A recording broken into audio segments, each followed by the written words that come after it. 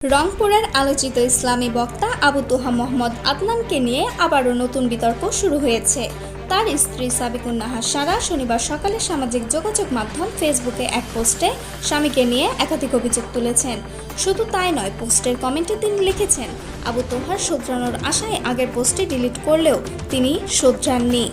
স্ত্রী সাবিকুন নাহার লিখেন, তিনি মিথ্যা বলেননি, নিছক সন্দেহের বশে লেখার তো প্রশ্নই আসে না। উল্লেখিত পোস্ট ডিলিট করে নিজের কাঁধে সব দোষ নিয়ে তিনি অপমানিত হওয়ার পথ বেছে নিয়েছিলেন শুধুমাত্র তার স্বামীর সংশোধনের আশায়। কিন্তু ভক্তদের অতিমাত্রায় তাকে নির্দোষ প্রমাণ করে যে আস্ফালনতা তাকে পরিশুদ্ধ হতে দিচ্ছে না। আবু তোহাও তার ভক্তদের উদ্দেশ্যে সাবিকুন নাহার লিখেন, হতে পারে তার সত্য প্রকাশের ফলে আপনারা সচেতন হবেন এবং তিনি চূড়ান্ত রূপে সংশোধন হয়ে প্রকৃত অর্থে কখনো দিনের বড় উপকারে আসবেন। তিনি বলেন, নানাভাবে আক্রমণের শিকার অলরেডি হয়েছি এবং আরও হব জানি। আমার পরোয়া আমি করি না, আমি স্বার্থান্বেষী নির্ভীম বিলাসীও নই। এর আগে স্বামী আবু তোহা মোহাম্মদ আদনানের বিরুদ্ধে পরকীয়ার অভিযোগে তুলে মূল পোস্টে সাবিকুন নাহার সারা লিখেছেন, ইয়ার হোস্টেসদের মেবি সেলিব্রিটি পছন্দ আর সেলিব্রিটিগণও মেবি ইয়ার হোস্টেস ডিজার্ভ করে। আপনাদের উস্তাদ আবু তোহা মোহাম্মদ আদনান প্রেমে মজেছেন জারিন জেবিন নামক তার 15 বছর পূর্বের কলেজ লাইফের প্রিয়তমা, বর্তমানে এয়ার হোস্টেসে। তখন উস্তাদ ডেসপারেটলি তাকে চেয়েছিলেন নাকি তখন তার টাকা নেই বলে পরিবার দেয়নি। এখন আবার জারিন জেবিন নামক ভদ্রমহিলা ডেসপারেটলি আপনাদের উস্তাদকে চাচ্ছেন। পুরনো প্রেমে নতুন রূপে একটু বেশি ফিলিংসে ডুবেছেন উল্লেখ করে সারা লিখেছেন, তোহা ও জাবিন নিয়মিত চ্যাট বক্সে ফিলিংস আদান প্রদান সহ ঘন্টার পর ঘন্টা তার জন্য জিনুরাইন সেন্টারে বসে বসে ফোনে কথা বলছেন।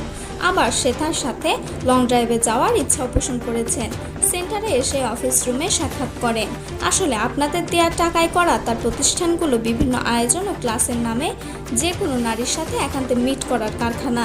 নারী ও পুরুষ একসাথে ক্লাস নেওয়া যোগ করেন তিনি।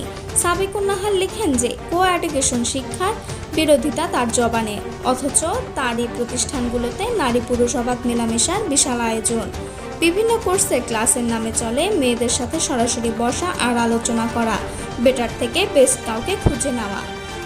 সাবিকুন নাহারের অভিযোগ, এগুলো থেকে খুব তাকে বিরত রাখতে চেয়ে অস্থির হতাম বিধায় আমাকে তার আশেপাশের সকলের নিকট চেয়ে সবচেয়ে জঘন্য বানিয়েছে। নিজেই চিৎকার করে আমাকে দোষী সাব্যস্ত করে, নানা তোহমত চাপিয়ে দেয়, তার বিছানায় বসে প্রেম করেন উল্লেখ করে আবু তোহার স্ত্রী লিখেন, সেন্টারে কাজ আছে বলে রাত 3টায় বাসায় আসেন, এসে আবার জানান তিনি তার প্রেমিকার সাথে কথা বলেন। তিনি যাই করেন তা আবার গোপনের ধার ধারেন না, কারণ তিনি সবচেয়ে বড়। এমন লিস্টের অভাব নেই উল্লেখ করে সাবিকুন নাহার লিখেছেন, দেখা যাক ফাইনালি উস্তাদ কার হন। সবশেষে রবের কাছে ক্ষমা প্রার্থনা করেন সাবিকুন নাহার সারা।